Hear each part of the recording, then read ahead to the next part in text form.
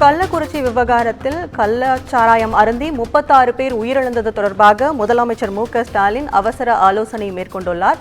இது குறித்து கூடுதல் விவரங்களை பதிவு செய்ய தலைமை செய்தியாளர் சிவா இணைப்பில் இருக்காங்க. வணக்கம் சிவா, இது குறித்த கூடுதல் தகவல்களை பதிவு பண்ணுங்க.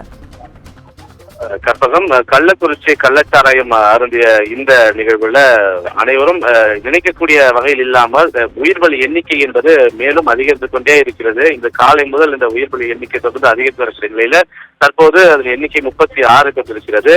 இது தொடர்பாக தமிழ்நாடு முதலமைச்சர் மு.க.ஸ்டாலின் தலைமையில் தற்போது மூத்த அமைச்சர்கள், உள்துறையினுடைய செயலாளர், மதுவிலக்கு அமலாக்கப் பிரிவினுடைய செயலாளர் மற்றும் டிஜிபி உள்ளிட்ட மூத்த அதிகாரிகளுடனும் மூத்த அமைச்சர்களுடனும் முதலமைச்சர் மு.க.ஸ்டாலின் அவசர ஆலோசனையினை தலைமைச் செயலகத்தில் வைத்து நடத்தி வருகிறார்.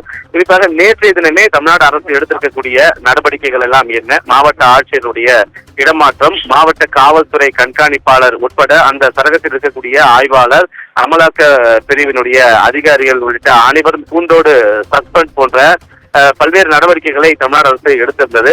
இருப்பினும் நேற்றைய தினம் இந்த உயிர்பலி எண்ணிக்கை என்பது ஒற்றை இலக்கத்தில் இருந்து இரட்டை இலக்கத்தை தொடரக்கூடிய நிலையில் தான் இருந்தது. ஆனால் தற்போது இது 30 கடந்து தொடர்ந்து உயிர்பலி எண்ணிக்கை அதிகரிக்கக்கூடும் என்ற ஒரு அச்சம் நிலவக்கூடிய ஒரு நிலையில இது தமிழ்நாடு அரசு மேற்கொண்டு எடுக்க வேண்டிய நடவடிக்கைகள், குறிப்பாக இந்த கள்ளக்குறிச்சி விவகாரம் பூதாகரமான நிலையில பல்வேறு மாவட்டங்களில் கள்ளச்சாராயம் விற்பனை நடைபெற்று வருவது ஆங்காங்கே வெளிவந்து கொண்டிருக்கிறது.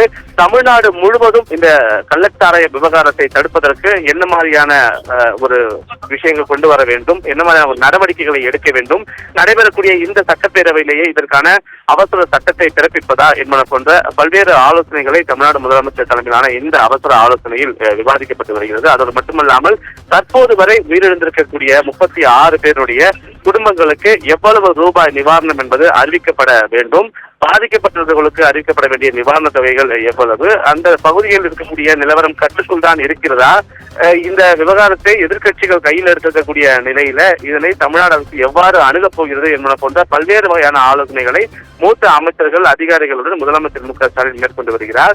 இந்த ஆலோசனை கூட்டத்திற்கு பிறகு ஏற்கனவே தமிழ்நாட்டில் இருக்கக்கூடிய அமைச்சர்கள் நேரடியாக அங்கே சென்றிருக்கக்கூடிய ஒரு நிலையில இங்கிருந்து உதயநிதி ஸ்டாலினும் அமைச்சர் உதயநிதி ஸ்டாலின் நேரடியாக அங்கு செல்கிறார்.